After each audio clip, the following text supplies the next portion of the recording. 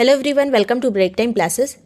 इस वीडियो में हम जो पर्वतों में वलन वगैरह पड़ जाते हैं या फोल्डिंग जो होती है जिससे पर्वतों का निर्माण होता है उसके बारे में देखेंगे। कई सारे प्रकार होते हैं वलनों के या फोल्डिंग के, तो वो सब यहाँ पर कवर करेंगे। ये वर्ल्ड ज्योग्राफी के अंतर्गत हम ये पहला चैप्टर शुरू कर रहे हैं और अभी तक जो हिस्ट्री वाला चैप्टर चल रहा था, सभी मॉडर्न हिस्ट्री की चीज़ें चल रही थी, तो कुछ दिन के लिए उसको ब्रेक दिया जाता है और वर्ल्ड ज्योग्राफी शुरू कर रहे हैं हम लोग, क्योंकि काफ़ी दिन से ज्योग्राफी का कोई पार्ट नहीं हुआ था और बहुत सारी चीज़ें इसमें बची हुई हैं जो आपको समझना इंपॉर्टेंट है, चाहे इसे क्वेश्चन आए या ना आए। लेकिन एक समझ विकसित होती है जब ज्योग्राफी की, तो उससे कई सारी चीज़ें जो है हमारे स्टेटमेंट में मिलती है, यूपी पीसीएस वगैरह में, आरओ में।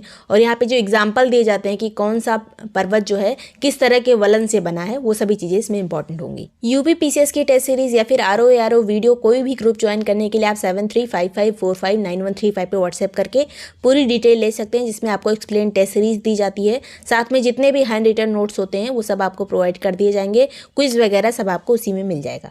तो यहाँ पे वलन की बात करें तो इससे पहले कुछ चीज़ें जाननी जरूरी हैं। सबसे पहले तो दो तरह के बल होते हैं, एक अंतर्जात बल, एक होता है बहिर्जात बल। पृथ्वी जिस चीज़ों से बनी है, जो तरह तरह के परिवर्तन होते हैं पृथ्वी पर, कहीं महाद्वीप बन रहा है, कहीं पे पर्वतों का निर्माण हो रहा है, तो ये सभी चीज़ें, ज्वालामुखी उद्गार हो रहा है, भूकंप आ रहे हैं, ये सब चीज़ें जो हैं बलों से बनती हैं, जो कि अंतर्जात बल और बहिर्जात बल इन्हें कहा जाता है।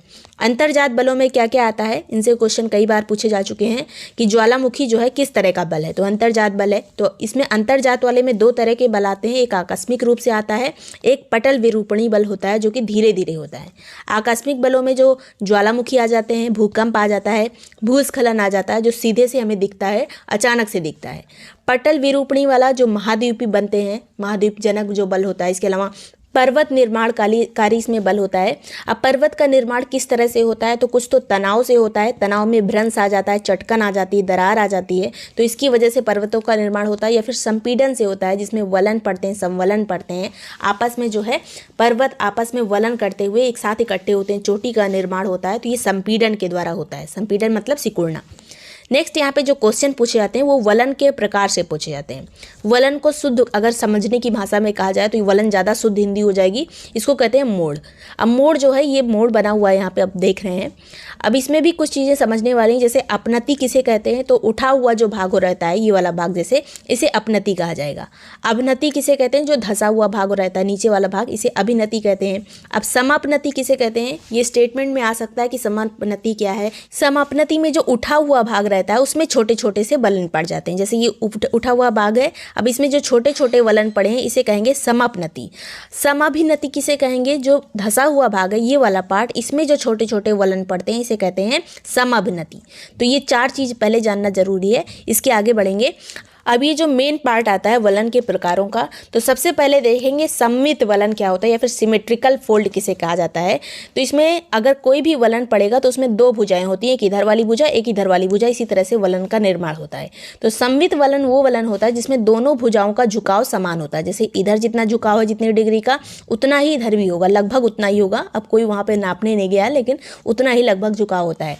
अब इसमें एग्जाम्पल पूछ लिया जा सकता है कि सिमेट्रिकल फोल्ड जो है इसका एग्जाम्पल क्या होगा निम्नलिखित में से, तो जूरा पर्वत होगा। जूरा पर्वत कहाँ पे है, स्विट्जरलैंड में। ये एक सममित वलन वाला पर्वत है। यहाँ पे दोनों चीजें पता होनी चाहिए, एग्जाम्पल भी किस तरह से निर्माण होता है। अगर आपको मेंस में ज्योग्राफी लेना है तो आपको ये सभी चीजें जानना बहुत जरूरी है। नेक्स्ट यहाँ पे बात करेंगे असममित वलन या फिर एसिमेट्रिकल फोल्ड किसे कहते हैं। इसमें एक भुजा जो है उसमें सामान्य झुकाव रहता है, नॉर्मल झुकाव रहता है, 45 डिग्री जो नॉर्मल झुकाव कहा जाता है।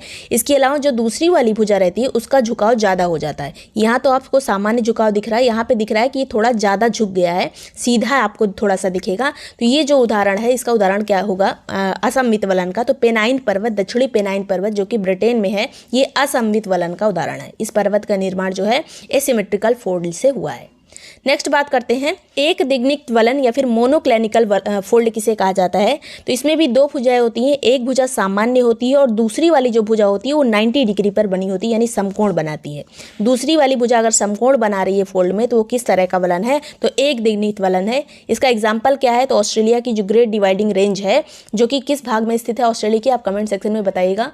तो आगे मैं इस वीडियो के लास्ट में बता भी दूंगी कि किस एरिया में स्थित है। इस वीडियो के लास्ट में मैं बताऊंगी ये उत्तर में स्थित है या दक्षिण में स्थित है, पूर्व में या पश्चिम में, किस एरिया में स्थित है ऑस्ट्रेलिया के ग्रेट डिवाइडिंग रेंज।